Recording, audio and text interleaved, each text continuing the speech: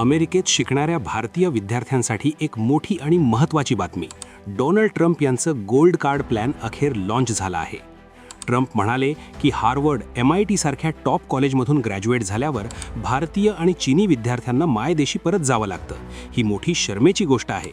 पण हे आता थांबणार आहे, कारण ट्रम्प यांनी लॉन्च केलं आहे ग्रीन कार्डपेक्षाही पॉवरफुल असलेलं ट्रम्प गोल्ड कार्ड. हे गोल्ड कार्ड म्हणजे हुशार आणि उच्च शिक्षण घेतलेल्या विद्यार्थ्यांसाठी अमेरिकेच्या नागरिकत्वाचा फास्ट ट्रॅक आहे. यामुळे कंपन्यांना त्यांच्या टॉप टॅलेंटला अमेरिकेत कायमस्वरूपी ठेवण्याची सर्टन्टी मिळणार आहे. पण ही सुविधा सर्वांसाठी नाही. ही स्कीम आहे एलिट लोकांसाठी. वैयक्तिक अर्जदाराला $1 मिलियन म्हणजेच आजच्या दराने सुमारे 8.4 कोटी रुपये इतकं गिफ्ट अमेरिकन सरकारला द्यावं लागेल. आणि जर एखाद्या कंपनीला आपल्या कर्मचाऱ्याला स्पॉन्सर करायचं असेल तर त्यांना प्रति कर्मचारी $2 मिलियन म्हणजे जवळपास 16 कोटी रुपये द्यावे लागतील. यात $15,000ची प्रोसेसिंग फी वेगळा आहे.